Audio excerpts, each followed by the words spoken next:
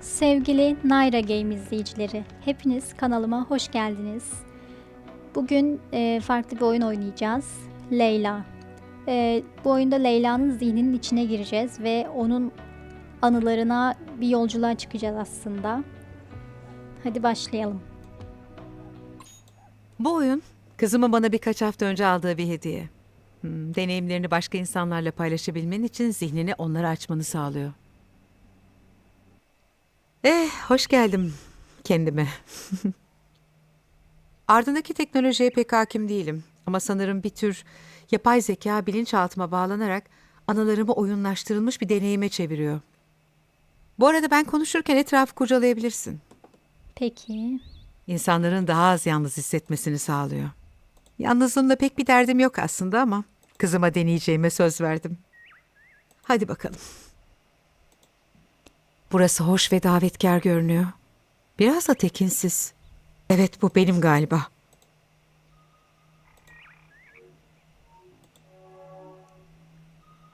Burada terapideyiz. Nöronlara basınca anılarımızı görüyoruz arkadaşlar. Bir terapi anımızı gördük.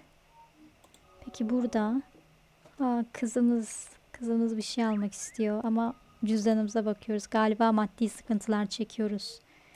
Peki bu ne? Orada daha sarılı anılar. Devam edelim. Şurada bir anı var. Ya, kızımız ilk doğduğunda. Sanki gittikçe geçmişe gidiyor gibiyiz. Mezun olurken. Peki bu yolculuk bize ne gösterecek? İlk defa regle olduğumuzda. Peki.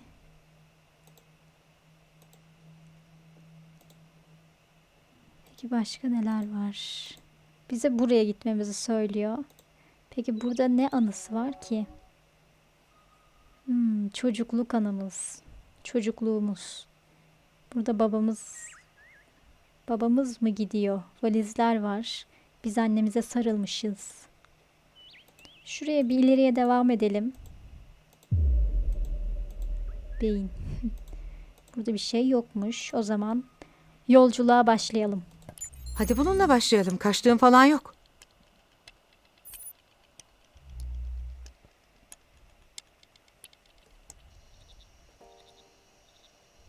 Normalde kendimi kaza kaza içime düşerdim. Ama bu sefer düşmek yerine kendi isteğimle gitmeye karar verdim.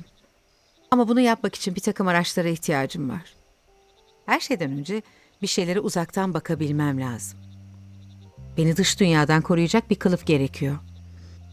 Üzerinde durabileceğim ayaklarım olmalı ya da kaçmak için kullanacağım. Ve devam edebilme gücü.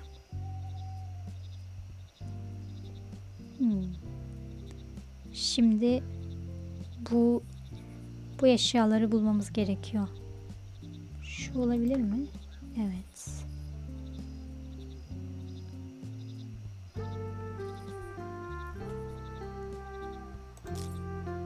Her yanlış basışımızda bir ışık sönüyor arkadaşlar. O yüzden buraya karanlık basmadan kayıp eşyaları bulalım.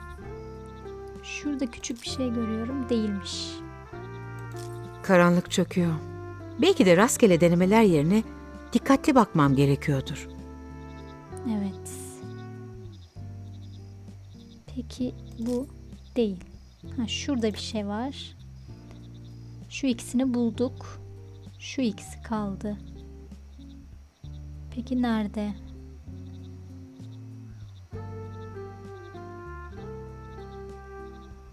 Şurada bir şey var. Son bir tane. Bir de şurada. Hadi bakalım, şöyle fiyakalı bir retrospektife hazırım. Ah, bu pek de gurur duyduğum bir dönemim olmadığını söylemem lazım. Hadi bu anıya gidelim.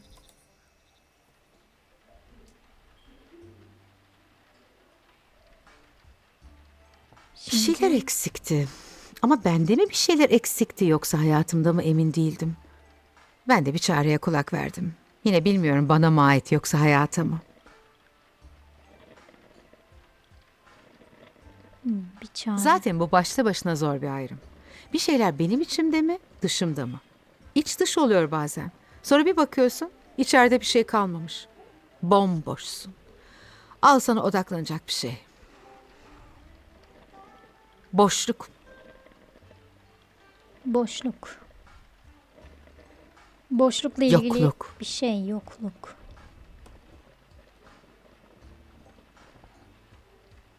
Eksiklik.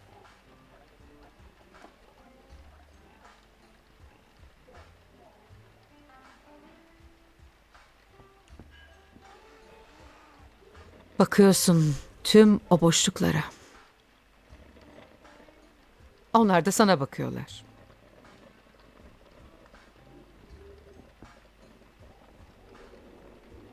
Boş boş.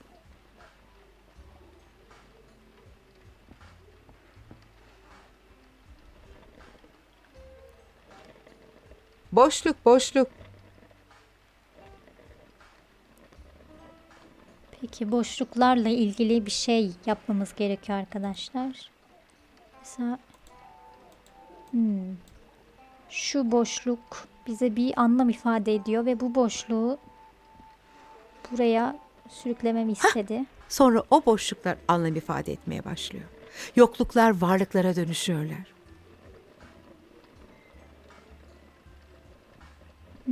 Peki geriye 9 tane kaldı. Şurada bir beyin görüyorum. İnsanın en güvendiği şeyinde, en korktuğu şeyinde kendi zihni olması ne acayip şey.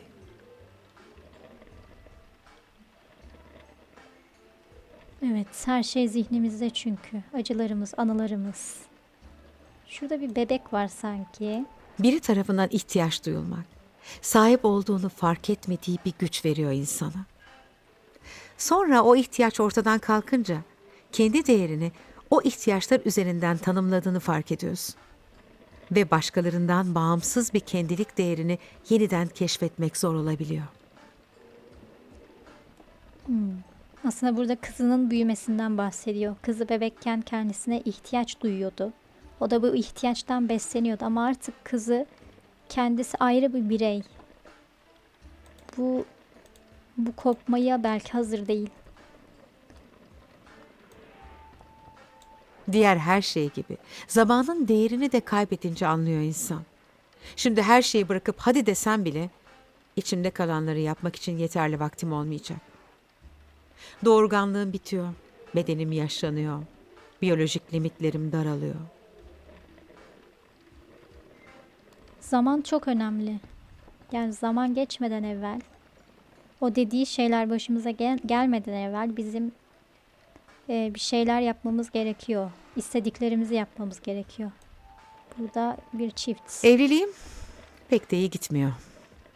Peki beni en çok korkutan şey ne biliyor musunuz?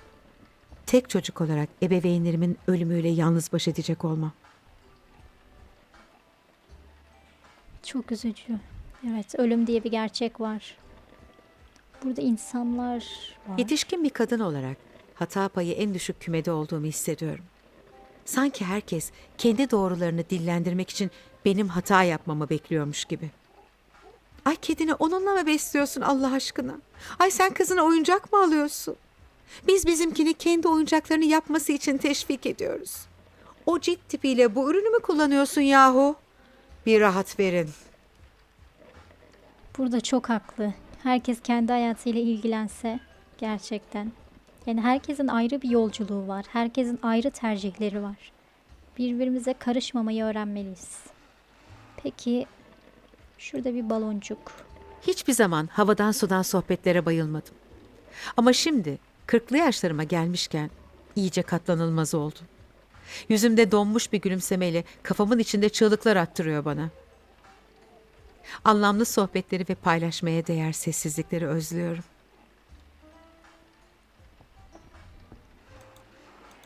Üç tane daha. Şurada bir...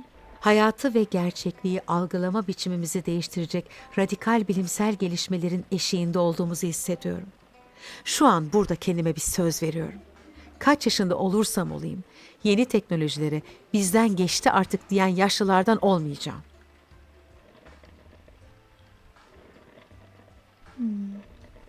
Aynen. Yeniliğe açık olmamız gerek. Peki başka? Başka hangi boşlukta anlam var?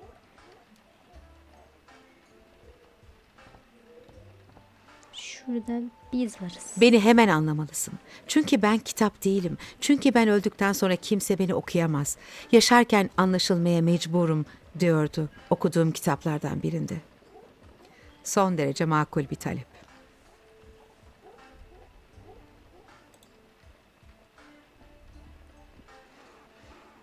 Peki başka? Kaç tane? Bir tane kaldı. Son bir. Şurada bir çanta. Peki ben burada ne yapıyorum? Tüm bunlara malzeme gözüyle bakıp belli kalıplara göre vasat işler üretiyorum. Çoğunluğun da kelimenin doğası gereği vasat olduğunu düşünürsek iyi kazandırıyor. Neyse, şimdi bu boşluklardan bir şeyler çıkaralım bakalım.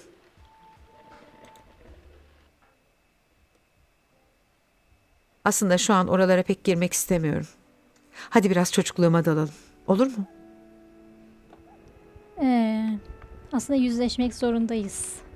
Çünkü zaten bu oyunun amacı o. Anılarımızla yüzleşmek. O yüzden kaçmayı tercih etmeyeceğiz. Zoru seçtik diyorsun. Pekala. Yaptıklarım üzerine düşünecek kadar da cesaretim var. Buradayım. Bir şeyler arıyorum. Kitabıma ilham versin diye. Bir kitap yazıyor Leyla. Peki bu müziklerden ilham alıyor. Kafedeki o kendisine çağrışım yapan boşluklardan ilham alıyor belli ki.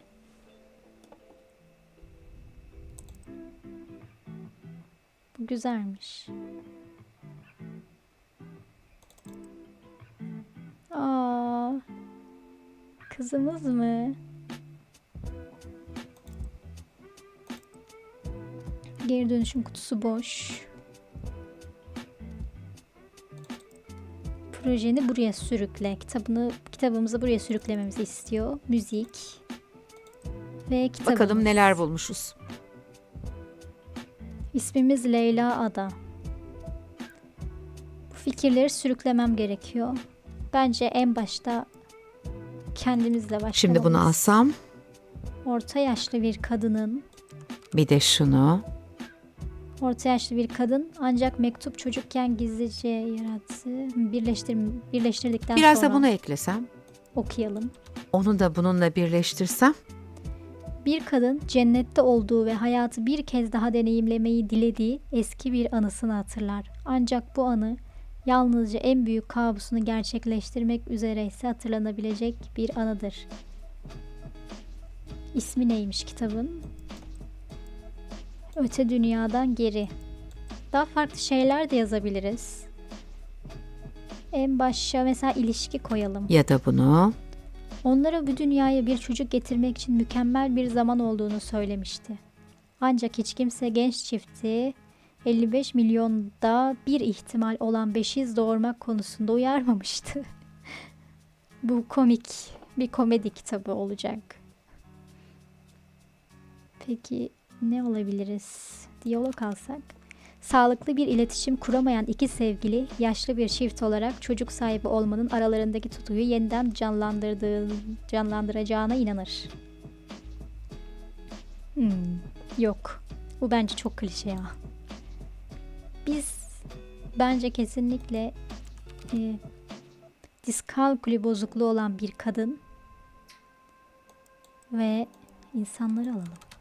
Diskalkülü bozukluğu olan bir kadın yol ayrımında yaptığı bir anlaşmayla matematiğe dair her şeyi dil formunda kavrama gücünü elde eder ve kazara eski bir uygarlığın sırlarını ortaya çıkarır. Bu gayet ilginç oldu ve bilimsel oldu. Bunu bir kaydedelim Gönderilmeye bakalım. hazır sanırım. Bakalım kabul edecek mi? Bu iş e-postaları da en çok kelimeyle en az şeyi söyleme yarışması gibi. Keşke bunları özetleyen bir uygulama olsaydı. Linki kullanarak daha popüler bir konu bul demiş. Peki.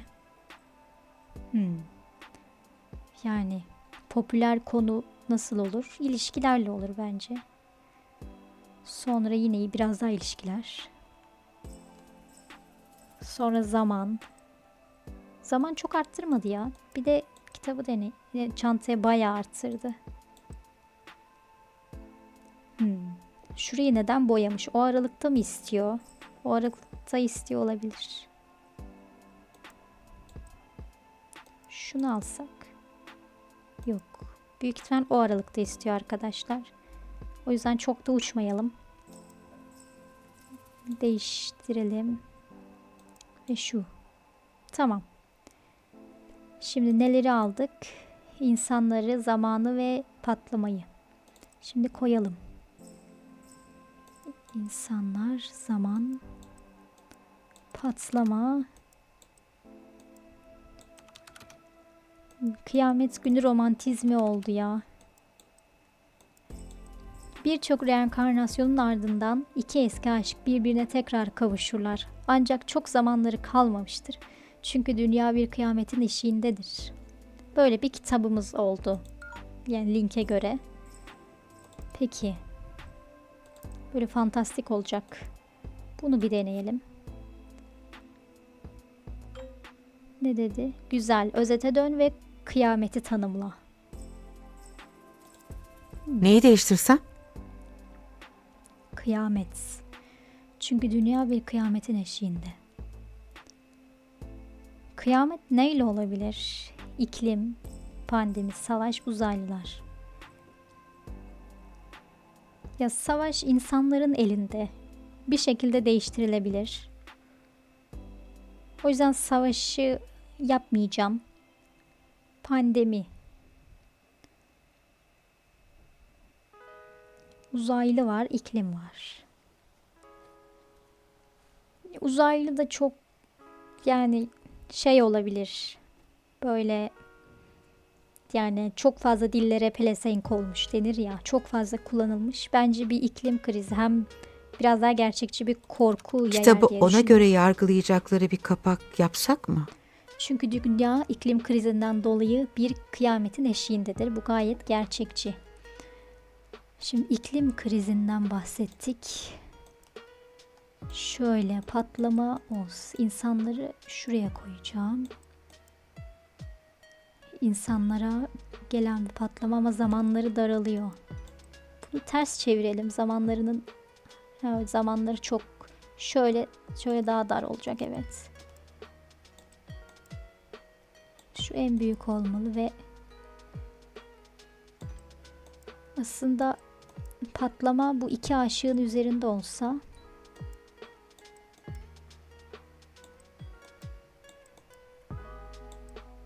ve insanların da zamanı daralıyor gibi bir şey.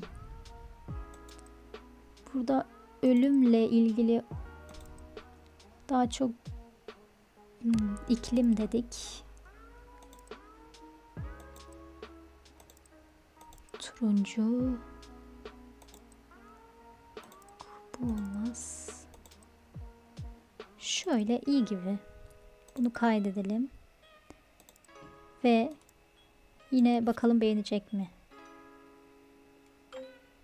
Kitabım onaylandı ve bedenim bir kutlamayı hak ettiğime kanaat getirdi. Oley, paracıklar, tatmin falan filan. Her neyse işte, anladınız ana fikri. Buraya geçebiliriz.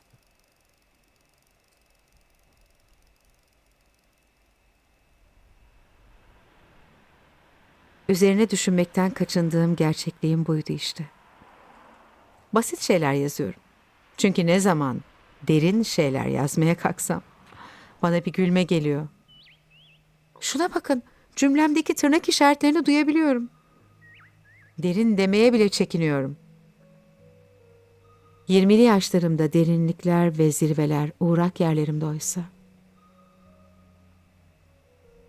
Derinliklerden korkuyor, onlardan çekiniyor. Zaten anılarımızla yüzleşmek istemememizin sebebi de oydu. Ama ilkiyle yüzleştik. Ve bu gerçekle yüzleştik aslında, kaçtığımızın gerçeğiyle. Derinlere inemediğimizin gerçeğiyle artık, yani bu yaşımızda. Arkadaşlar, diğer anılara yolculuğumuz olacak. Bu anı da bitirelim. Diğer bölüm için bildirimleri açmayı ve kanala abone olmayı unutmayın. Beğendiyseniz lütfen beğeni tuşuna basın. Hoşça kalın. Diğer bölümde görüşmek üzere.